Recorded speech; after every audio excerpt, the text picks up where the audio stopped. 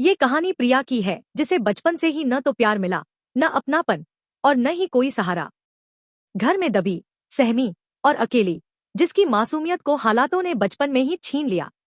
दादी से ताने, माँ से डांट और पिता से दूरी ने उसे हमेशा एक कोने में सिमटा दिया। चूंकि उम्र छोटी लेकिन कक्षा बड़ी में विद्यालय में नाम लिख गया था। स्कूल में भी वही हाल रहा, बड़े बच्चों से डर, कुछ निर्दयी सहपाठियों की मार और अपनी तकलीफों को छुपाने की आदत। उसे पता था कि अगर घर पर बताएगी तो सहानुभूति मिलने की बजाय उल्टा डांट पड़ेगी।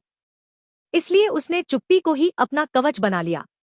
उसके आसपास की दुनिया अलग थी, जहां उसकी कजिन्स हंसती खेलती, अपनी मर्जी से जीती, बिना किसी डर के दूर से उनको देखती रहती कि मेरी चचेरी बहनों को उनकी माँ कितना प्यार करती है, कैसे प्यार से उनको खाना खिलाती है। लेकिन वो बस सब कुछ सहती रही, बिना कोई सवाल किए।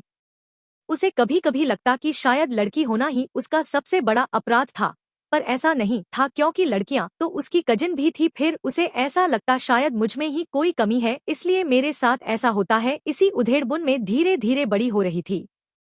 पढ़ाई में अच्छी थी, लेकिन जब कक्षा बड़ी होने लगी तो मुश्किलें भी बढ़ने लगी।